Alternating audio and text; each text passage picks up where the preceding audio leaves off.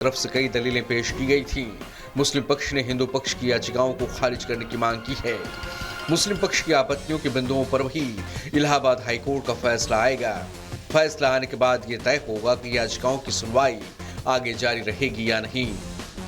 एक तरफ है भगवान श्री कृष्ण की जन्मभूमि का शानदार मंदिर और दूसरी तरफ है शाही ईदगाह मस्जिद। एक दूसरे से सटी दीवार और महज चंद कदमों की दूरी। यहीं से जन्मभूमि ईदगाह विवाद खड़ा हुआ। काशी के ज्ञानवापी की तरह बरसों से इस परिसर में एक एक इंच जमीन को लेकर एक दूसरे के दावे और आपत्तियों की लड़ाई कोर्ट में लड़ी जा रही है। पूरे विवाद की बात करें तो ये विवाद 13.37 एकड़ जमीन पर मालिकाना हक से जुड़ा है।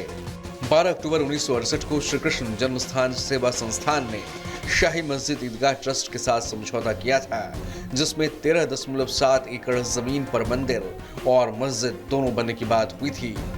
आपको बता दें कि श्री कृष्ण जन्मस्थान के पास 10.9 एकड़ जमीन का मालिकाना हक है और 2.5 एकड़ जमीन का मालिकाना हक शाही ईदगाह मस्जिद के पास है।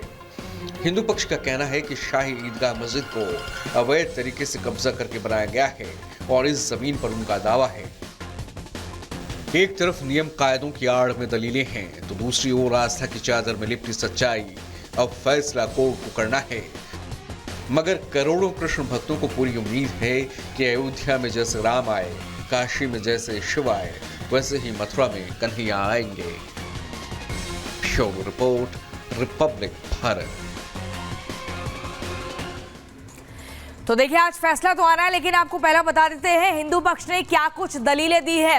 देखिए, पहले श्री कृष्ण का मंदिर को तोड़ा गया, ये हिंदू पक्ष का मानना है। उनका कहना है कि उसी जगह पर शाही ईदगाह मस्जिद को बनाया गया, यही पूरा विवाद है। बिना स्वामित्व के ही वक्फ संपत्ति घोषित भी कर दिया गया और इसी मसले को चैलेंज किया गया है। अवैध बताते हुए हटाने की मांग की गई। 18 सिविल वाद जो है वो दाखिल भी किए गए हैं। हम हिंदू पक्ष की दलील आपको बता रहे हैं। मस्जिद पक्ष ने इन्हीं वादों की पोषणीयता को चुनौती दी है। तो दोनों तरफ से अलग अलग दलीलें दी गई हैं, उनको चुनौती दी गई है, जिसको लेकर आज हाईकोर्ट में फैसला आना है। ये देखना होगा कि क्या कुछ हाईकोर्ट की तरफ से फैसला सुनाया जाता है। चलिए आगे बढ़ेंगे और अब बात करेंगे विवादों में फंसी आईएएस अफसर पूजा खेडकर की, जिन्हें बड़ा झटका लगा है। दरअसल यूपीएससी की ओर से उनकी नौकरी रद्द कर दी गई है और यही नहीं, यूपीएससी की ओर से यानी कि अब पूजा खेडकर जो है यूपीएससी की कोई भी परीक्षा में शामिल नहीं हो पाएंगी। आखिर क्यों पूजा खेडकर को इतना बड़ा झटका लगा है, पूरी खबर रिपोर्ट के जरिए दिखाते हैं।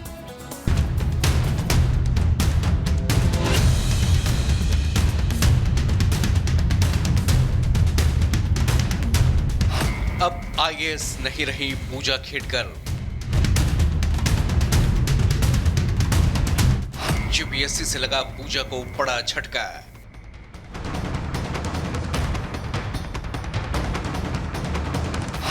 यूपीएससी की कोई परीक्षा नहीं दे पाएंगी पूजा। यूपीएससी ने किया पूजा का खेल खलास। ट्रेनी आईएएस पूजा खेडकर अब अफसर नहीं रहेंगी। यूपीएससी ने पूजा को नियमों के उल्लंघन करने का दोषी मानते हुए उनका सिलेक्शन रद्द कर दिया है। साथ ही ये फैसला भी लिया है कि पूजा भविष्य में भी यूपीएससी के तहत आने वाली कोई भी परीक्षा नहीं दे पाएंगी। हालांकि संघ लोक सेवा आयोग ने पहले ही कार्रवाई के संकेत देते हुए कह दिया था कि अगर पूजा खेडकर पर लगाए गए आरोप सही पाए जाते हैं तो यूपीएससी उनके खिलाफ सख्त एक्शन लेगा। यूपीएससी ने बाकायदा उन पर लगे आरोपों के बाद उन्हें इस बारे में कारण बताओ नोटिस भी जारी किया था। यूपीएससी ने उनसे नोटिस पर सवाल पूछा था कि क्यों न उनकी सिविल सेवा परीक्षा 2022 की उम्मीदवारी को रद्द कर दिया जाए, लेकिन जानकारी के मुताबिक यूपीएससी के किसी सवाल का जवाब पूजा ने नहीं दिया।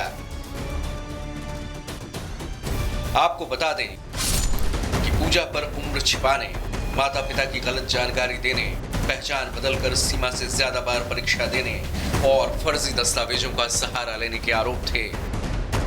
यूपीएससी ने पूजा पर लगाए गए आरोपों का जवाब देने के लिए 2 बार समय दिया, लेकिन पूजा खेडकर ने कोई जवाब नहीं दिया, जिसके बाद यूपीएससी ने पूजा खेडकर को सीएसई 2022 के नियमों के उल्लंघन का दोषी ठहराते हुए अब उनकी उम्मीदवारी रद्द कर दी है। लेकिन इसके बावजूद पूजा फिलहाल मुसीबतों से निकलती नहीं दिखाई दे रही, क्योंकि यूपीएससी की दिल्ली पुलिस को दी गई शिकायत की जांच अभी चल ही रही है और इस मामले में 2 अगस्त को पटियाला कोर्ट पूजा खेडकर की अग्रिम जमानत पर फैसला भी सुनाने वाला है।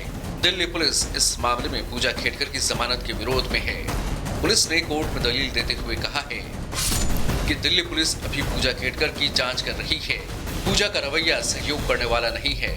कोर्ट ने अगर पूजा खेडकर को अग्रिम जमानत दे दी तो वो जांच में बिल्कुल सहयोग नहीं करेंगी। जाहिर है धोखाधड़ी से हासिल सफलता सिर पर नशे की तरह अटैक करती है। खासकर पूजा खेडकर के मामले में ये पूरे देश ने देखा और अब जिस तरह से पूजा पर इस मामले में कानूनी शिकंजा कस रहा है उससे साफ है कि आगे यूपीएससी जैसी परीक्षा में फर्जीवाड़ा करने की हिम्मत अब दोबारा शायद ही कोई करेगा। Bureau report, Republic Bharat.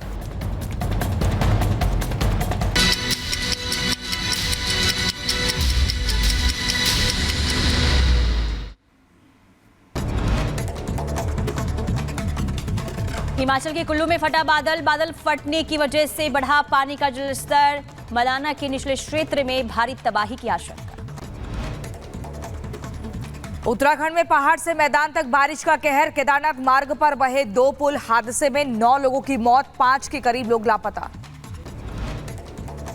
Kedar घाटी में जारी किया गया अलर्ट। पुल के बहने से लोगों का जनजीवन अस्त व्यस्त हो गया। घटनास्थल पर रेस्क्यू ऑपरेशन जारी है। हरिद्वार में बारिश के चलते गिरा मकान, हादसे में 2 लोगों की मौत हुई, 9 लोग घायल हुए। हादसे पर एसएसपी प्रमेंद्र सिंह डोभाल का बयान, कहा फंसे हुए लोगों का रेस्क्यू और घायलों का इलाज जारी है।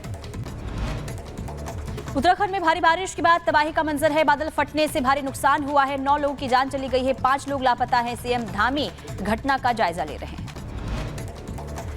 तेज बारिश के बाद देहरादून में के शांति विहार में पानी भरा, कई सड़कें जलमग्न हुई। राहगीरों को करना पड़ रहा परेशानियों का सामना। टिहरी जिले के घनसाली में बादल फटने से हादसा हुआ। एक ही परिवार के 3 लोग बह गए, 2 की मौत हो गई, 1 की हालत गंभीर है। राजधानी दिल्ली के सब्जी मंडी इलाके में बारिश की वजह से गिरी छत, हादसे में एक शख्स की दबने से मौत हुई। मौके पर बचाव अभियान जारी। दिल्ली में भारी बारिश से हादसा हुआ। बारिश में गिरी निजी स्कूल की दीवार के मलबे में कुछ खड़ी गाड़ियां फंस गईं। दिल्ली में भारी बारिश ने बरपाया कहर। लगातार बारिश से कई इलाकों में पानी भरा, सड़कें जलमग्न हुई। गाजीपुर के पास नाले में डूबने से 2 लोगों की मौत हुई। दिल्ली में तेज बारिश की वजह से कुतुब मीनार मेट्रो स्टेशन के बाहर पानी जम गया। यात्री और पर्यटकों को काफी परेशानी हुई। उत्तर प्रदेश के बुलंदशहर में दबंगों ने छेड़छाड़, पीड़ितों से मारपीट की। एफआईआर वापस ना लेने पर दबंगों ने पीड़िता को पीटा। पीड़िता का इलाज ना कराने पर भाकियू महाशक्ति अस्पताल में हंगामा हुआ।